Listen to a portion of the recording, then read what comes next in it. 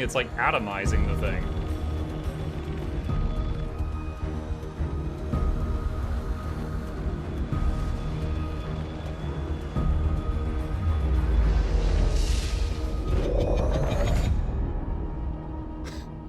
I guess we have a new ultimate move. Vaporize whatever's in front of us.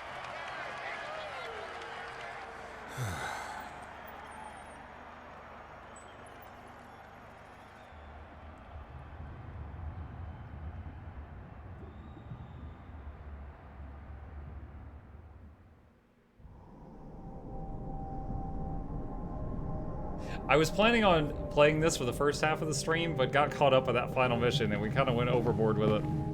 But I think we're seeing the end now, so.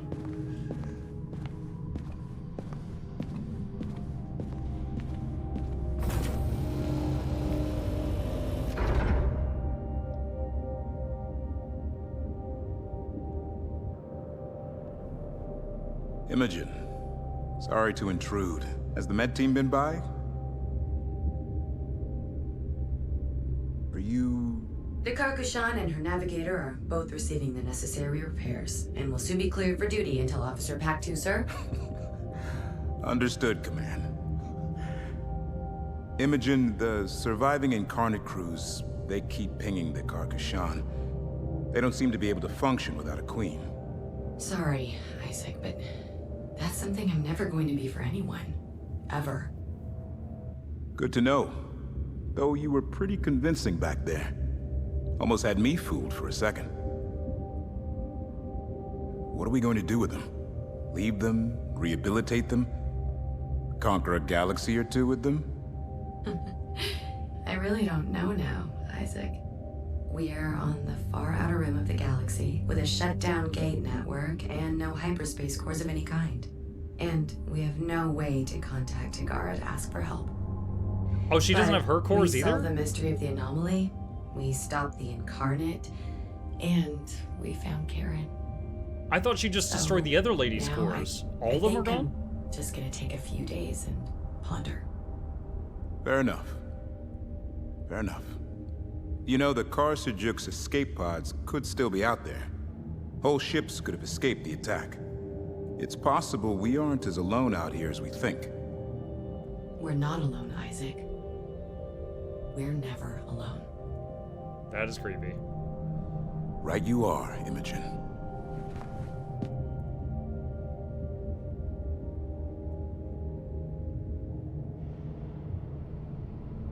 And whatever you do decide, know that this ship and its crew will back you up all the way. Fleet Command. Still confusing which one of them is in charge.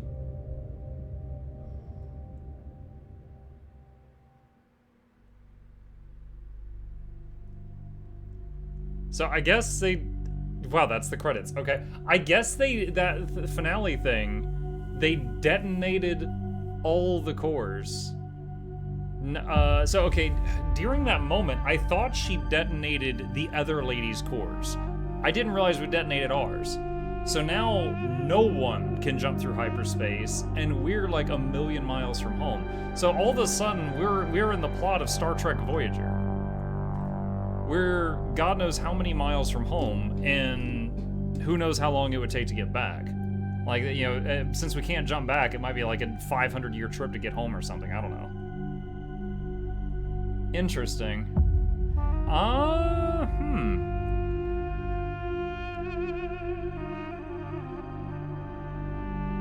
Just make new cores? Apparently the OG cores were required to function in some way, shape, or form.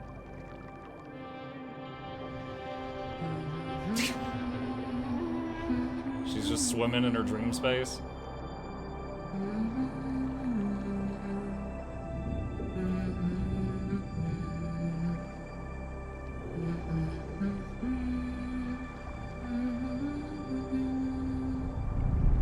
Just spin the moon. Yeah, at the beginning, the evil lady was telling her, you have more control in here than you know. Use, like, work your will, so she's becoming more powerful in here.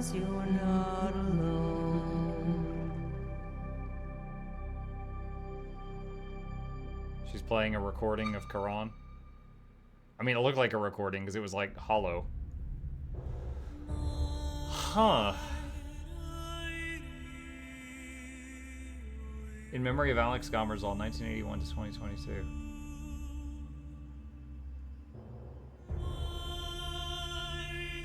I don't know who Alex was, but he was only 41. Impressions? Yes, indeed. Thoughts. Okay, so this game has a... Hold on, can we... I was trying to open the sound menu to turn the sound down a little bit. Okay. We'll just do that. Does this take us back to the main menu? Okay. Let's talk about how I feel about it. Okay, so, Homeworld 3. I got it yesterday. I received a copy for free because I was doing a sponsored stream for them. I told them I haven't played their game before, but I love RTS games, would love to do it. I was picked to do that. I was very fortunate about that. And today I was like, you know what, guys, I really enjoyed myself. I'm going to keep playing it. I didn't realize it was only going to take me one more day to finish it. In total, looking at Steam, it took me just over 8 hours to finish the campaign. So I would say I'm a little sad that the campaign was so short. It was fun. I enjoyed it. I liked it. I'm a little sad it was so short. When I think about an RTS campaign, I naturally want to think about the big ones I played growing up, which was Warcraft 1, 2, and 3, StarCraft 1 and 2, Total Annihilation, Command and Conquer, Tiberian Sun, Red Alert, and those are all quite lengthy, okay? They were all very, very long. I will say, in this game, since you never really... You don't build buildings. Like in all those games I listed, you make structures and bases and stuff. In this, you're entirely mobile. Everything is mobile. So there is a lot less time spent building up a base and things like that. You know, you don't like just mine in a gold mine or a metal extractor or something. You actually like move around, strip mine areas, and then move on to the next one. It did do a thing in it that I have not seen since the RTS Lords of EverQuest, which was EverQuest attempting to break into the RTS market, though it didn't really take off. But the whole thing where anything that survives a mission comes with you to the next mission. And that was pretty cool, because if you were good at keeping your stuff alive, you could kind of snowball, you know? Like, people encouraged, like, I would not have known on the second mission how to capture units if it wasn't for someone in chat yelling at me that, oh, you should capture those frigates. And so I ended up with missile frigates, like 6 missions earlier than I should have had them, and it made the early missions, I don't want to say easy, but easier.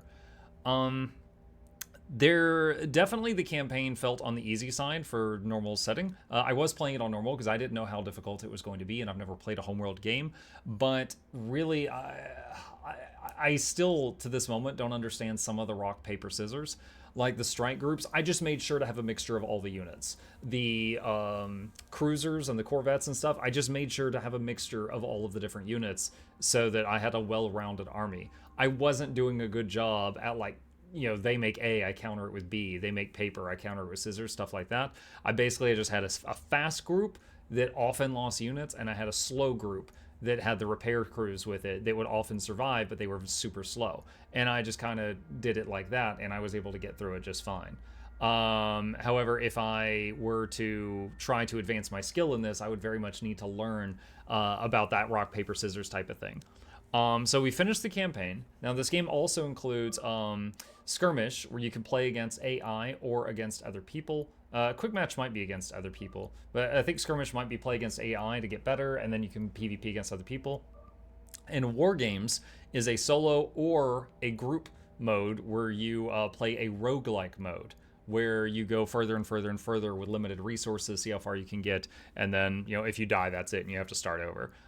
So what we did was the campaign. Hey, look, it's the Tree of Birds. How are you today? Fleet Persistence existed in the series from Homeworld 1 in 1999. Gotcha. Yeah, so when I mentioned Lords of EverQuest, that was just my own personal experience with it. Season Pass equals future DLCs or future campaign missions to follow?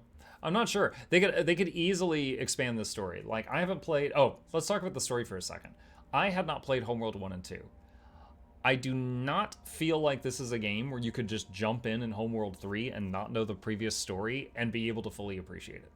Because I jumped into it in Homeworld 3, had not played Homeworld 1 and 2, and had to kind of struggle and ask my chat a lot of questions to understand what the heck was going on. Like the thing that's like, okay, the lady plugs in, all right, she's controlling the ship, okay, they're going out, okay, there's bad guys in space, all right, I can understand bad guys, and then she's getting flashes and glimpses of this other super powerful lady out of nowhere, and then like every time she jumps she sees like a flying pyramid and like water and stuff like that. It was really odd. And then she's talking about cores. I really didn't know what was happening there, and most of my questions chat was able to answer. But if you were just playing this at home on your own time and you hadn't played the previous Homeworld games, I think you might be lost, and because that's how I felt. Now you might do better than me, but I think you might be.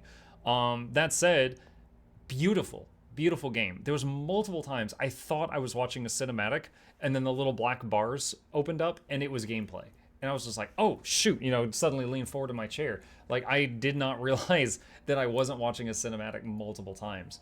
It was pretty cool. So beautiful game, gorgeous. Steam has the remastered collection called there's also Homeworld Cataclysm. So there was 1, 2, and Cataclysm. It should have like an introductory cinematic or something explaining the prior 2 games. Yeah, it would be good. Like, for example, I recently played Devil May Cry 5, I think, and at the beginning there was an cinematic, and you could hit skip if you didn't want to see it, that explained the story so far. I think this game could absolutely use that. That's a good idea. I like that idea. If it doesn't have that, then I think it could use that. There was a few controls that felt odd to me. Like, I very much have muscle memory for RTS games. Again, I've played every Warcraft game, every StarCraft game, every Annihilation type game, many of the Command and Conquers, and then a slew of smaller ones. I think the most recent random RTS I played that was less than 10 hours long was Iron Harvest. And many of them have the same thing, like select a bunch of units, hit Control 1 to make a control group, and some of them you hit 1 to reselect that group, and some of them you hit Alt 1 to reselect that group. If you hold Shift and click a unit and then hit Control 1 again, you can add a unit to the control group. If you hold Shift and click on a unit that was in the group, it will unselect it, and then you can hit Control 1 and then redefine the control group. Not tons of them, but there was a handful of those commands that I'm used to from like the last 20 years of RTSs that were not the same in this game. And that was, I don't want to say super frustrating, but it caused a very small amount of frustration because I was having to figure out other ways. It's like, okay, I can't just remove this battleship from this control group, so it's hard to micro it, because I just want this guy to go that way and take out that one straggler and everyone else go this way. But I would have to select everyone else and then hit Control 1 again to do that. However, if I just dragged a big box, I would also get the resource gathering ships, the med ships, some other stuff that was not involved that I didn't want in that group. And so I was like, okay, well, I'll try control clicking this ship. I'll control click the battleships. Well, in some RTSs, control click is select all of that unit I own. In other RTSs, it's select all of that unit that is on the screen at this time.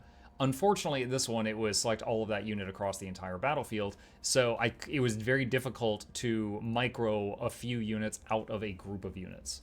So that was a thing. The issue is you can have one unit in multiple groups, which is totally fine. Like, it's totally fine to have one unit in multiple groups. The problem is I could not easily remove them. And then chat told me it was something like, you select a unit, hit Control-, and that removes it from all groups. Didn't like that. Not a fan of that. There was a lot of keyboard commands that were totally fine.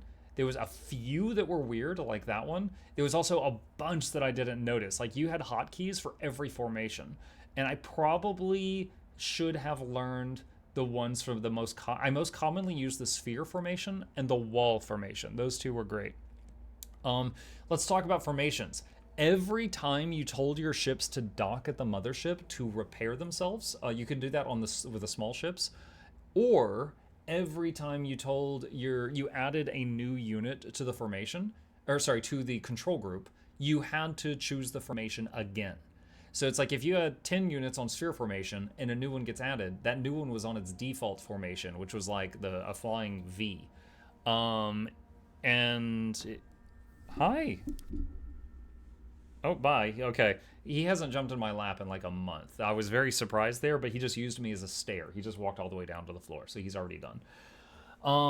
So the formation thing was kind of annoying. It made me yearn for a feature that was in Total Annihilation and Planetary Annihilation, where you could issue orders such as formations to the factory that produced the units, and then any unit that came out of that factory would have those commands already set up. It made me miss that, because that's not currently in this game as far as I could tell. Here, hang on a second. All right. What's up? He needs attention, chat. He needs attention. Pat, pat, pat, pat, pat, pat, pat. Okay. I think that's everything. The story was intriguing enough that it made me want to continue playing this to the end.